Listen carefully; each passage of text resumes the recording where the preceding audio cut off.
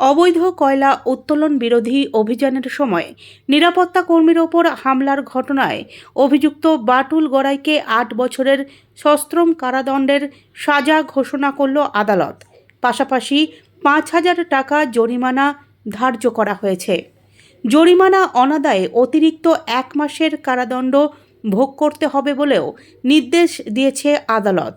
আদালত সূত্রে জানা গিয়েছে, ২০২১ সালের ৯ মে ইস্টার্ন কোলফিল্ডস লিমিটেড অবৈধ কয়লা উত্তোলনের বিরুদ্ধে অভিযান চালাচ্ছিল। সেই সময়ে সংস্থার সিকিউরিটি ইন্সপেক্টর দিলীপ প্রসাদের ওপর হামলা হয় বলে অভিযোগ ওঠে।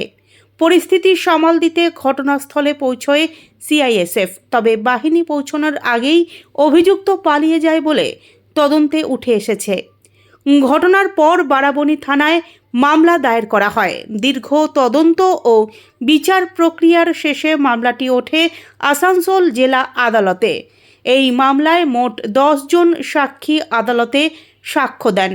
সাক্ষ্য প্রমাণ এবং পক্ষ বিপক্ষের যুক্তি বিচার করে পশ্চিম বর্ধমান জেলার জেলা বিচারক দেবপ্রসাদ নাথ ভারতীয় দণ্ডবিধির ৩২৫ ও ৩০৭ ধারায় অভিযুক্তকে দোষী সাব্যস্ত করেন এবং সাজা ঘোষণা করেন। সরকারি পক্ষের আইনজীবী অয়নজিৎ বন্দ্যোপাধ্যায় জানিয়েছেন, ঘটনার গুরুত্ব বিবেচনা করেই আদালত কঠোর শাস্তির নির্দেশ দিয়েছে। এই রায়কে কেন্দ্র করে শিল্পাঞ্চলে যথেষ্ট চাঞ্চল্য তৈরি হয়েছে। প্রশাসন ও স্থানীয় মহলের মতে এই রায় অবৈধ কয়লা কারবার ও সংশ্লিষ্ট অপরাধের বিরুদ্ধে কড়া বার্তা দিল।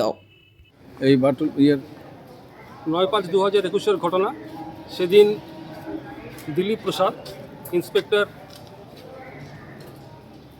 ইস্টার্ন কোলফিল্ড লিমিটেড, তিনি খবর পান যে এরকম সেখানে ওই খয়রাবাদ অঞ্চলে প্রচুর পরিমাণে কয়লা স্টক করে রাখা আছে এবং তিনি সেই খবর পেয়ে সেখানে তার নিজের টিম নিয়ে যায় এবং যাওয়ার পরে আসামি বাটুল গড়াই এবং সঙ্গে আরও কিছু লোক, মানে তাদেরই লোক, এবং তারা তার উপরে আক্রমণ শুরু করে, বাঁশ, লাঠি, আরও বিভিন্ন অস্ত্রশস্ত্র নিয়ে।